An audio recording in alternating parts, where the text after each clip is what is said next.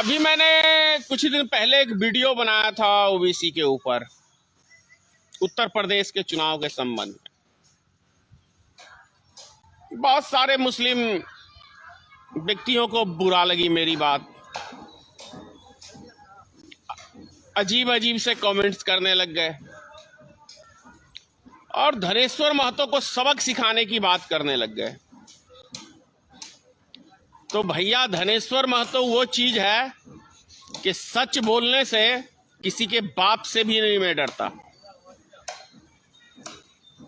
जब मोदी से मैं नहीं डरता तो तुमसे और ओबीसी से क्या डरूंगा।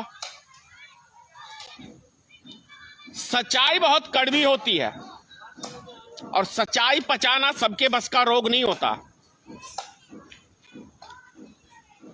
जिस तरीके से भारतीय जनता पार्टी को कुछ अंधभक्त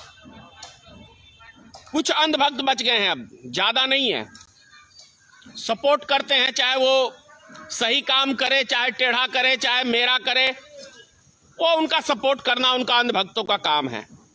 उसी तरीके से कुछ मुसलमान में भी ऐसे चमन चूतिए सब हैं जो उनके नेता कुछ भी करें उनकी शान में गुस्ताखी नहीं होनी चाहिए, ऐसा उन लोग का मानना है।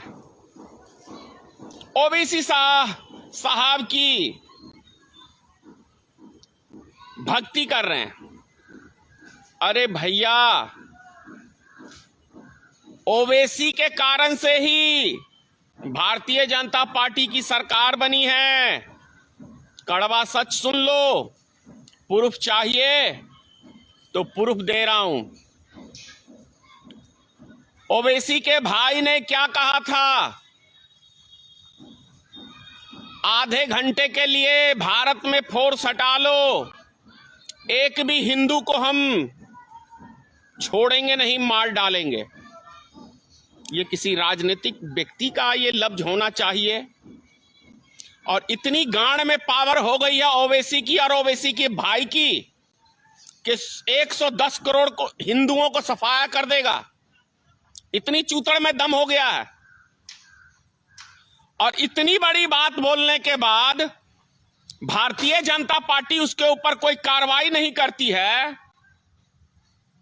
तो मतलब क्या है इसका? इसका मतलब है कि भारतीय जनता पार्टी का तोता है, तोता। भारतीय जनता पार्टी बुलवाती है उससे। दूसरा प्रूफ चाहिए, वारिस पठान उसी की पार्टी का आदमी है ना, महाराष्ट्र से।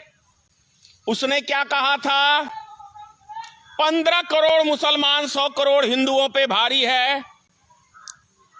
क्या भारतीय जनता पार्टी ने उसके ऊपर कोई कार्रवाई की? नहीं की। क्यों नहीं की? क्योंकि उस तोते को बोला गया था कि तुमको इतनी बात बोलनी है ताकि हिंदू भड़क जाएं और वो हमें वोट करें। तो जिन गधों को इतनी सी बात समझ में नहीं आती वो राजनीतिक करना छोड़ दें। झोला छाप नेताओं की भरमार है और उन नेताओं की औकात यही है कि जिसने 500 रुपए दिया उसकी दुम हिलाने पीछे चले गए। कोई सही कर रहा है तो, गलत कर रहा है तो 500 रुपए से मतलब है। क्या लग रहा है अभी उत्तर प्रदेश में चुनाव है, 5 राज्यों का चुनाव है, ये लाखों लाखों की भीड़, देश में बेरोजगारी है, इतना फुर्सत है लोगों के पास कि इनकी फालतू की बकवास सुनने के लिए जाए। मोदी, अमित शाह ओबीसी की फालतू की बकवास सुनने जाए। ये चुनावी जुमले के नेता हैं।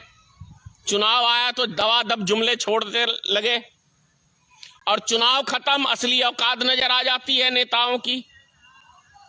मैंने अभी कहा था पिछले वीडियो में कि नेता के 2 चेहरे होते हैं। असली चेहरा जीतने के बाद नेता का पता चलता है कि उसके अंदर कितनी काबिलियत है और वो कितना देश के लिए और जनता के लिए काम कर सकता है चुनाव जीतने के बाद। और चुनाव के समय में तो एक जुमलेबाजी का दौर होता है।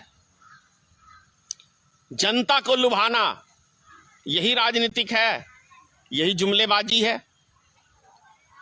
तो ये कड़वे वचन हैं, सबको नहीं पचेंगे।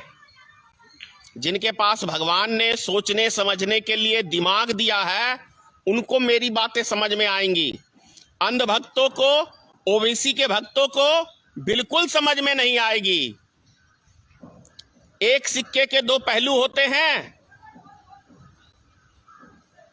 वही है एक भारतीय जनता पार्टी, दूसरी ओबीसी की पार्टी। ए पार्टी, बी पार्टी। बी मतलब हो गया ओबीसी की पार्टी, ए मतलब भारतीय जनता पार्टी। अब ये बी और ए का ये मतलब मत निकालना जो मैं कह रहा हूं। बी से भारतीय जनता पार्टी भी होता है, भाजपा, तो वो मैं नहीं कह रहा। मैं कह रहा हूं कि ओबीसी की पार्टी बी है, भारतीय जनता पार्टी ए में है। यानी वो बड़ी पार्टी है, ये छोटी पार्टी है, और ये दोनों एक ही थाली के चट्टे बट्टे हैं। वो हिंदू की राजनीति करता है और ये मुसलमान की राजनीति करता है। और मैंने कहा तो कुछ उत्तर प्रदेश में हिंदुओं को टिकट भी देने जा रहा, तो एक भी नहीं जीतने वाला। जो समझदार देश में मुसलमान है, एक भी मुसलमान ओबीसी को सपोर्ट नहीं करेगा, क्योंकि वो मुसलमान जानते हैं, पढ़े लिखे व्यक्ति, कि ओबीसी बी टीम है। और वो भारतीय जनता पार्टी को मजबूत करने के लिए अब शब्द भाषा का इस्तेमाल करते हैं, उनके कार्यकर्ता करते हैं।